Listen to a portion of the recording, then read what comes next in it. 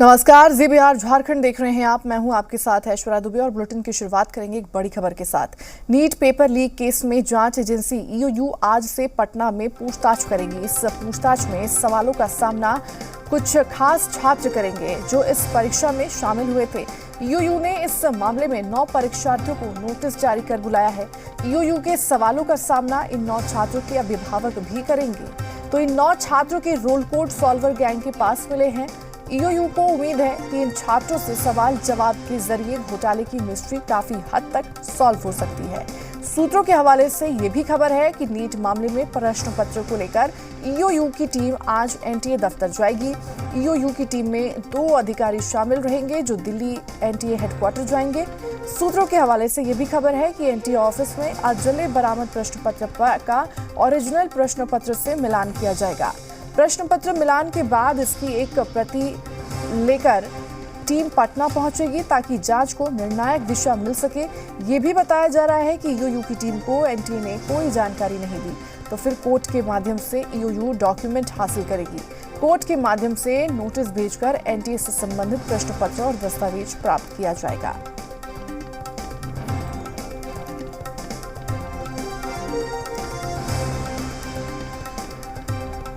तो ईओयू की टीम आज पटना में पूछताछ करेगी। 9 छात्रों को नोटिस भेजा गया है और नोटिस भेज करके इन्हें बुलाया गया है और साथ ही आज इन छात्रों के साथ इनके अभिभावक भी यहां पर मौजूद रहेंगे।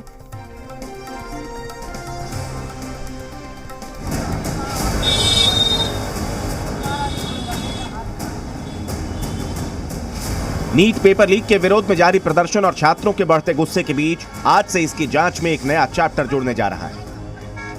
बिहार पुलिस की आर्थिक अपराध इकाई यानी ईओयू आज से कुछ खास परीक्षार्थियों से सवाल शुरू करेगी। ईओयू ने इस बाबत 9 परीक्षार्थियों को नोटिस जारी कर बुलाया है। ईओयू के सवालों का सामना इन 9 छात्रों के अभिभावक भी करेंगे। इन 9 छात्रों के रोल कोड सॉल्वर गैंग के पास मिले हैं। ईओयू को उम्मीद है कि इन छात्रों से सवाल जवाब के जरिए घोटाले की मिस्ट्री काफी हद तक सॉल्व हो सकती है। जानकारी के मुताबिक इन छात्रों से सवाल कर ईओयू ये पता करेगी कि सॉल्वर गिरोह से उनका संबंध किस हद तक रहा है।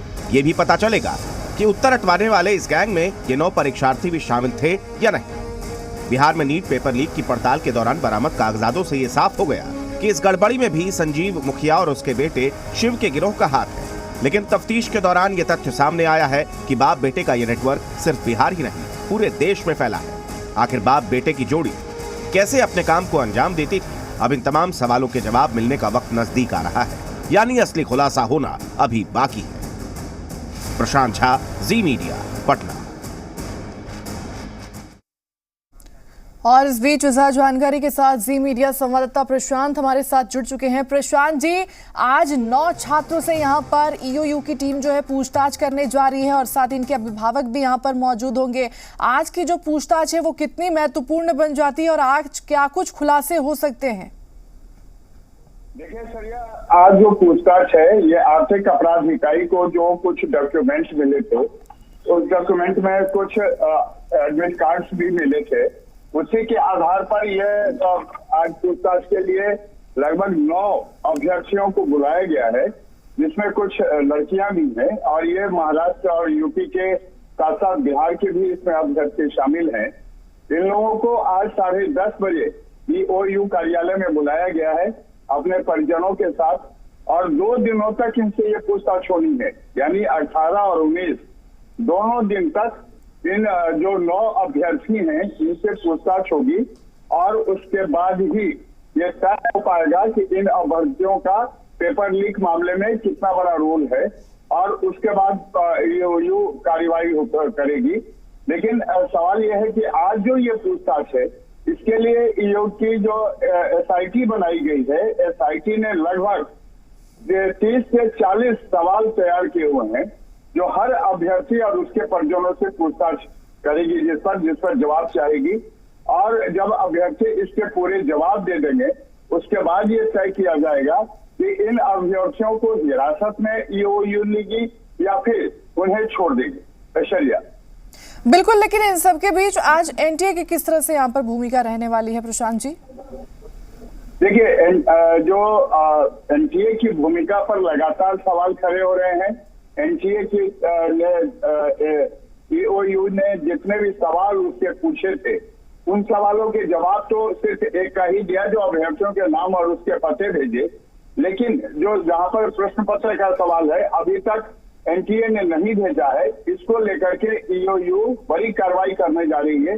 अपने 2 सदस्यीय अधिकारियों को आज एनटीए के दफ्तर दिल्ली भेजेगी और वहां पर जो प्रश्न पत्र यहाँ पर अधजले हालत में मिलते और जिसको सिलसिलेवार ढंग से तैयार किया गया है, उसका मिलान करने की तैयारी चल रही है, ताकि एनटीए कार्यालय में जा करके वहां पर उसका मिलान किया जा सके। और आज अगर एनटीए इस मामले में आर्थिक अपराध इकाई को कोई मदद नहीं करता है, तब इसके बाद जो सूत्र बता रहे हैं कि आर्थिक अपराध इकाई इसको लेकर के न्यायालय में जाएगी, कोर्ट में जाएगी, कोर्ट के आदेश के बाद वो एनटीए से फिर से प्रश्न पत्र मांगेगी और फिर इसका मिलान होगा और तब ये साबित हो पाएगा और केस आगे बढ़ पाएगा कि आखिर जो बिहार में पेपर लीक की बात कही जा रही है उसमें कितना दम है। ऐसा ही बिल्कुल, तो एनटीए पर भी यहाँ पर सवाल उठता है और किस तरह से अब ईओयू जो है इसको लेकर कार्रवाई करेगी देखना महत्वपूर्ण बन जाता है। लेकिन प्रशांत जी, जिन 9 छात्र जिनसे आज पूछताछ होनी है, कितने बजे तक पटना ऑफिस में ईओयू की ऑफिस पर ये पहुंचेंगे?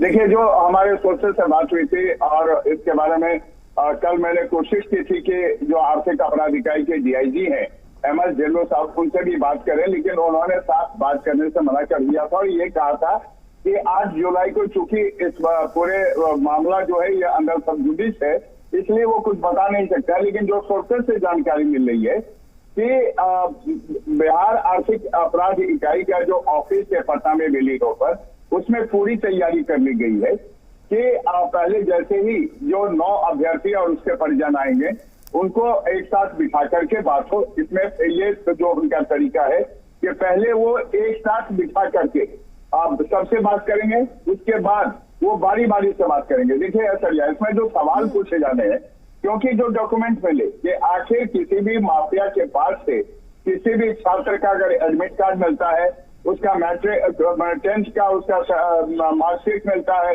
12th का मार्कशीट मिलता है, तो ये जांच के घेरे में आ जाएगा और संदेह के भी घेरे में रहेगा।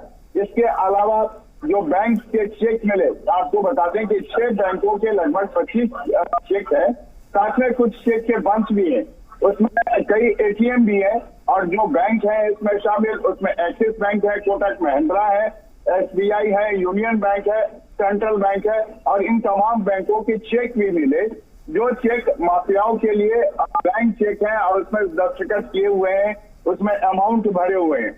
तो इन सब को लेकर के आज जो है आर्थिक अपराध इकाई जो 9 छात्र हैं, अभ्यर्थी हैं, उनके परिजनों से भी बात करेगी, उनसे पूछताछ करेगी कि आखिर उनके डॉक्यूमेंट माफिया के पास कैसे आए। ठीक है, तो किस तरह से पूरी कार्रवाई यहाँ पर होती है और क्या कुछ खुलासे होते हैं देखना महत्वपूर्ण बन जाता है। ठीक है प्रशांत जी, तमाम जानकारी साझा करने के लिए और जुड़ने के लिए आपका बहुत बहुत धन्यवाद। अलग अलग परीक्षाओं में प्रश्न पत्र लीक को लेकर